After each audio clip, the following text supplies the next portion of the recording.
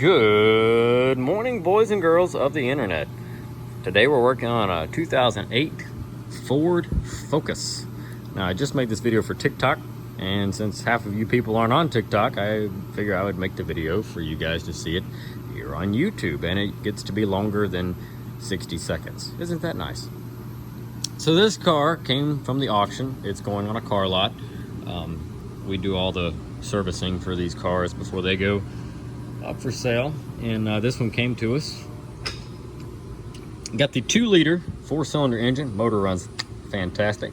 The automatic transmission shifts great. These don't have a whole lot of problems in that department. Plus, this car only has 70,000 miles on it. This is a base model, plain Jane, no option fleet car. But they complained of a few things. One, the keyless entry did not work, which means the power locks weren't working. Now, I don't know if you notice anything right off the bat, but this interior is tan, and this door panel's black.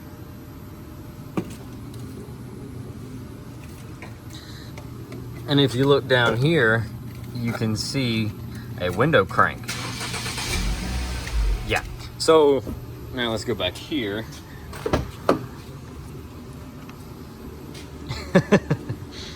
You see this? This is a aftermarket window switch. These are made, they actually cover the original window crank mechanism where the handle would be on it, and you would rotate it up and down. So what they have done is they have put front door panels from a power window car into this car, cut a hole out to fit this through, and this is part of the sleeve adapter for power windows. They make a conversion kit. You can buy them on eBay. They're crap. I don't recommend them, but you know, to each his own. This door panel also features power locks, which the car does not have. It's a base model. So also this taillight is full of water, needs to be resealed. But we go over here, and it's the same story. You got your aftermarket switch covering the crank handle, and you've got a black door panel. Now, if you look down here, those are not factory Ford switches. In fact, they don't even match. The front ones look different from the rears. They're clicky and they're notchy and they're kind of in backwards. It's okay, but you can see where they have cut the door panel where the factory window switches would have been to install this unit. And down here, we have our little aftermarket gear that covers the original crank mechanism. So that's not exactly the worst of it. The worst of it was right here in the floor. And I'll give you guys a little sneak peek. Yeah. Someone had attempted a remote install and aftermarket locks, which means these doors are filled with gunk wiring like this shit right here. It's not even in a pinch protector, it's just to give the car power locks. Look at this. Dad just finished fishing this out. There's your module. There's like 3 different types of wire here. You've got your module to respond for the keyless remote. You've got a dual pack of relays here with some sort of connector on the bottom that probably came with the kit. And then you've got some speaker wire cut and spliced into other speaker wire. And all of this is just black taped together. Nothing's been soldered, nothing's been heat shrinked. You've got fuses, which Dad has already pulled. There's wiring that they hacked into the factory harness.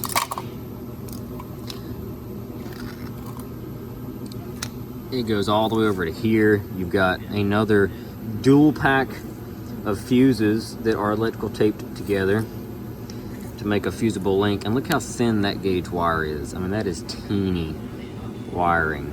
So now we go down here. You got plug-ins for your antenna. Here is another one. I'm not even sure what this one is for. Maybe another sort of transponder for the system. You've got another module here. This is Garmin. This is actually, so I know what this is.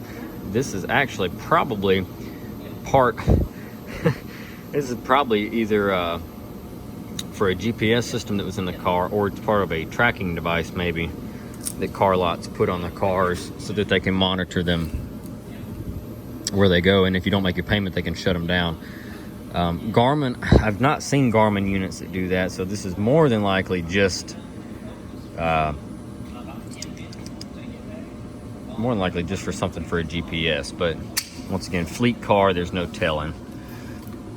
And then you've got all this. So all this, that entire rat snazzer with my foot there for comparison. I got big feet. There's your comparison.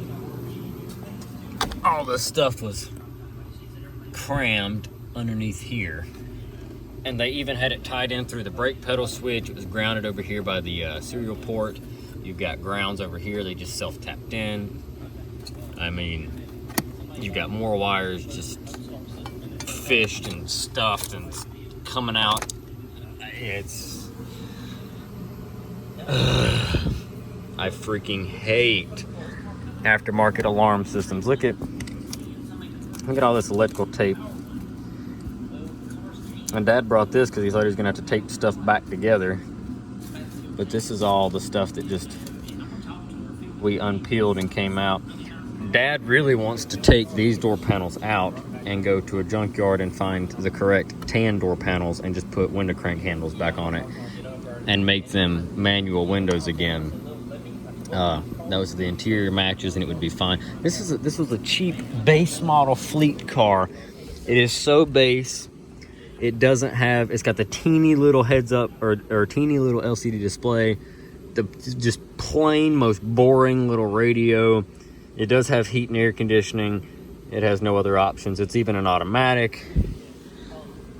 We do have a tachometer on this model. And this thing runs great. 76,000 miles on it. The tire pressure monitor light is on and seatbelt light's on because I'm not buckled up, but this thing runs and drives phenomenal. So I mean, this will make somebody a good car if we can fix it correctly. These windows, Dad wired up the module back so that these windows do technically work, but these window kits are so slow and so prone to failure. I mean, that one doesn't even want to go up and down. It just, you can actually see the little gear attempting to move. Hold on, let's see if I can do it. I don't know if you can see that or not. Let's try it again. You ready?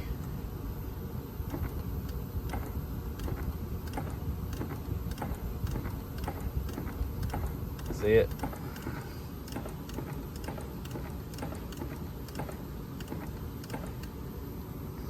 But the window won't move. These things are just so weak. And they're junk. So, recommendation is take the door panel off, find tan door panels from a base car, install them, do away with the power module. And just as we're gonna talk to Dad, he gets another phone call. So we're just gonna stand here and observe Dad. Maybe you and her get lunch or something. Get while I'm working on it.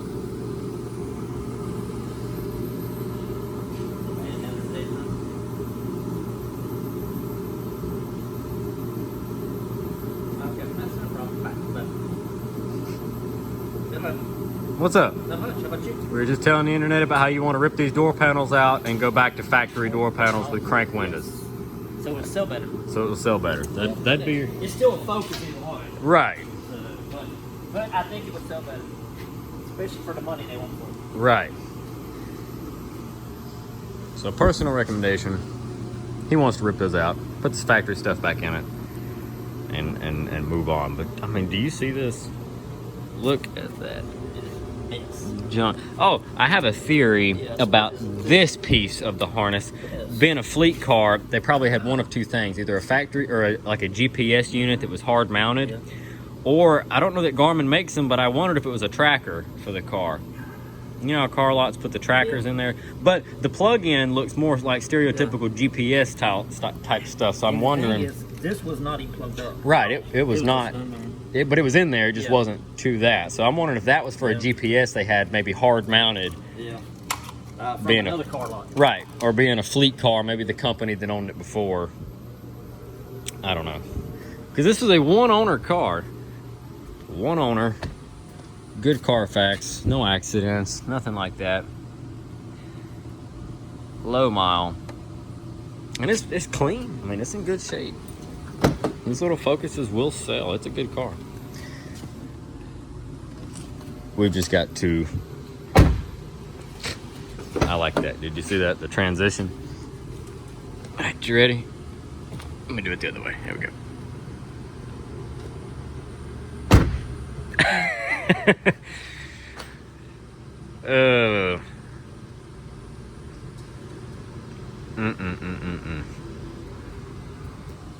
So yeah, well, there's more wiring. This is literally just, look at it is pinched behind the weather stripping. They didn't even go through the little loom on this one. They went behind the weather stripping, so it's just pinched between the weather stripping. So that'll short out. Oh, there's your inertia switch. The inertia switch. If you get into an accident and the switch gets jarred, you can even tap it with a hammer. And what happens is there's a spring-loaded switch in here, and when it senses vibration, the switch pops up and it disconnects power to your fuel pump, and then the car won't run.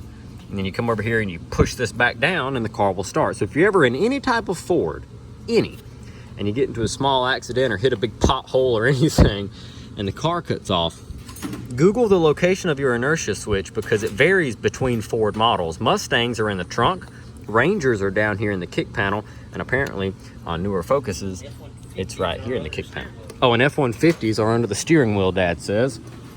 So if they ever just cut off, if you hit a pothole or bump somebody and they shut off, just find your inertia switch, press it back down, it'll reset the fuel pump. What else is cool? Kick-Ass thinks that your kids don't drive your car. Oh yeah. You get out of your car, you don't want your kids driving it, just kick the sensor, it'll make it trip, and then the car will just crank and crank and crank, but it won't ever start. We used to walk to David's Mustang all the time, and you get right there at the quarter panel on the driver's side, and you go over there and you whap, smack it real hard, it would trip the sensor, car wouldn't run. Or if you're in a Ranger, if you're going down the road with your buddies, you can just kick right there under the dash. I mean, just kick the floor. While you're going down the road, it'll flip the switch and then the truck will turn off. And then you'll have to pull over and pull the carpet back and press the switch back down. Uh-huh. Good times. We even did that to Taylor on hers. You remember that? Her blue one, her Mustang? We went over there and you'd smack the crap out of it and then it wouldn't crank. Fuel pump must be bad. Oh, fuel pump's bad, Taylor. We were mean. Oh, but it was fun. It's all fun and games. I can't get far enough back to get a full shot of this car. There we go. There it is. An auction buy 2008 Ford Focus with electrical gremlins. Now I just gotta upload this video. Dad's trying to flash his plumber's crack.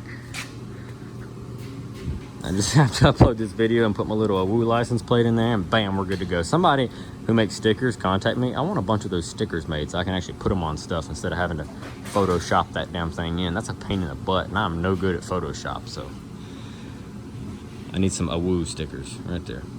A bunch of them. Send me like 100 of them. I'll send you cash or PayPal, or we'll figure something out. I need stickers. Also, the JNC 770R product placement, like the third time. Still kicking, still doing fantastic. It's actually sitting here right now keeping this battery maintained, 12.2 volts. There's a draw. See the charge, well, that says it needs a charge now. But the car battery is showing 12 volts. The jump and carry are now showing 11.9. Jump and carry's got 12.4. Together it makes 12.2. Fire this bad boy right up. So,